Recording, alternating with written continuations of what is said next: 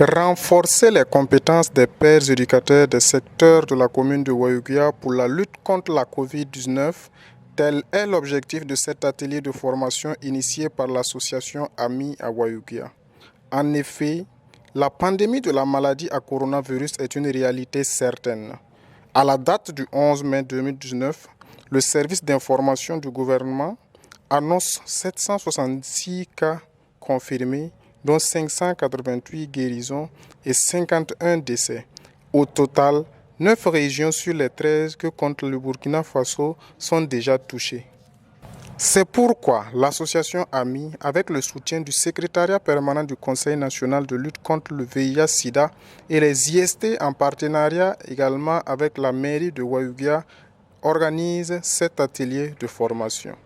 Pour le maire, cette formation va leur permettre de bien lutter contre cette maladie. Nous avons cette chance-là que jusqu'à présent, qu'elle soit au niveau de la commune d'Oyer ou bien de la région du Nord, nous n'avons pas enregistré donc un cas.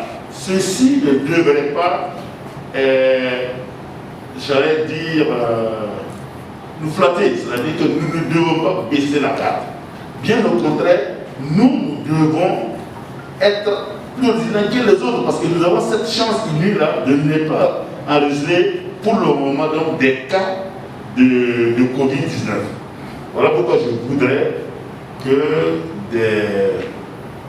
des échanges donc, très fructueux puissent être donc, enregistrés et que vous soyez très assidus afin que vous, à votre tour, vous puissiez nous aider. Je dis bien nous aider afin qu'ensemble, nous puissions lutter contre cette pandémie. Pour le chef d'antenne du secrétariat permanent du Nord, ce soutien se justifie par le fait que la Covid-19 et le sida ont le même dénominateur commun qui est le virus.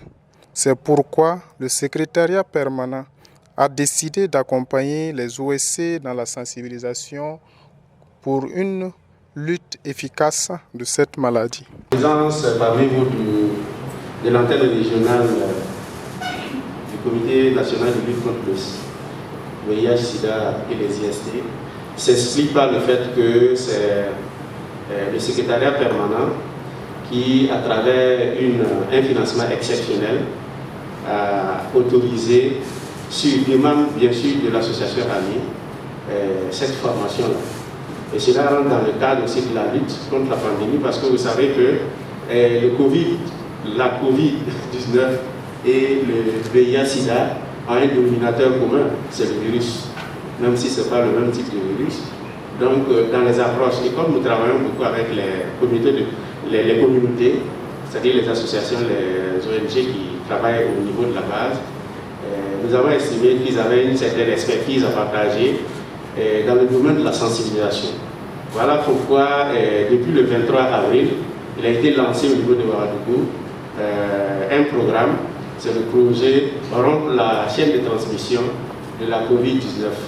Et sur ce programme-là, le SPCNL laisse à identifier les régions déjà touchées par la pandémie et à accompagner les fêtières des associations pour une sensibilisation de proximité à hauteur de 30 millions.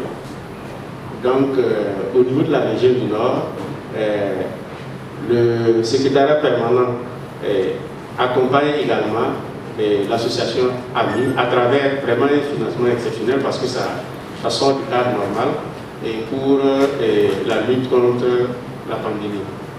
Il faut rappeler qu'au niveau de nos activités, cette année nous avons financé 66 associations dans le cadre de la lutte contre le VIH-Sida et le montant global s'élève à plus de 100 millions pour la région du Nord.